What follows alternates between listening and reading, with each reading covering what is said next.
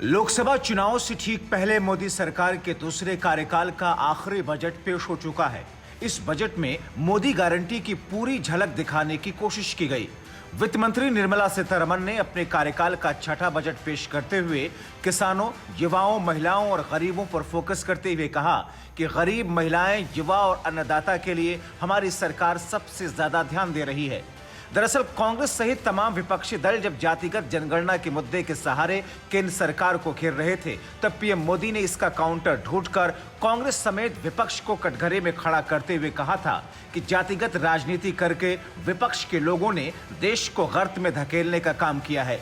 PM Modi ने agenda set करते हुए महिलाओं, युवाओं, किसानों और गरीबों को ही 4 विशेष जातियां बताई थी।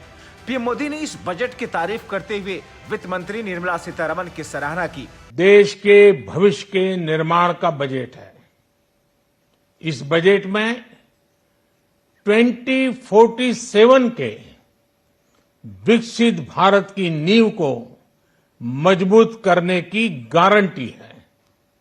मैं निर्मला जी और उनकी टीम को बहुत बहुत बधाई देता हूं। साथियों, इस बजट में युवा भारत की युवा आकांक्षाओं का, भारत की यंग एस्पिरेशंस का प्रतिबिंब है। बजट में 2 महत्वपूर्ण निर्णय लिए गए हैं।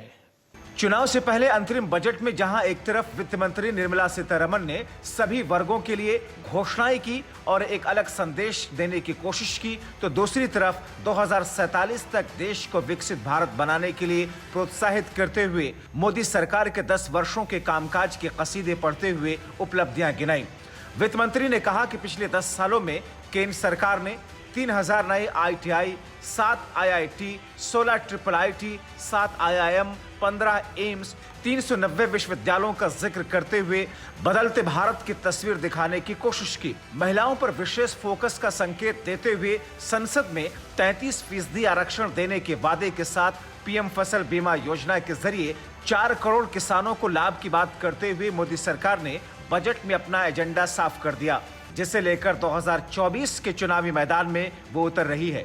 2019 के लोकसभा चुनाव के पूर्व पेश किए गए अंतरिम बजट में भी केंद्र सरकार ने किसानों के लिए नकद आर्थिक सहायता योजना पेश कर पूरा खेल पलट दिया था।